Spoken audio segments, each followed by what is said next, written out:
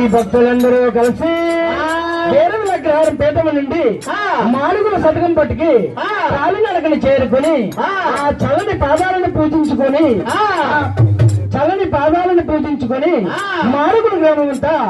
ఆ మోదకులమ్మ తల్లి వారిని ఎలా ఊరేగిస్తున్నారు తల్లి అంటే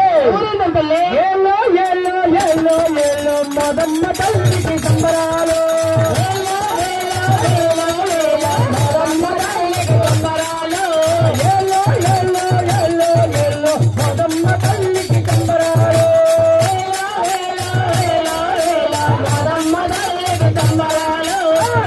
కల్లూరు మేము గజ్జలే కట్టుకొని మదగన్నమ్మ తల్లి ఆడుతున్నమా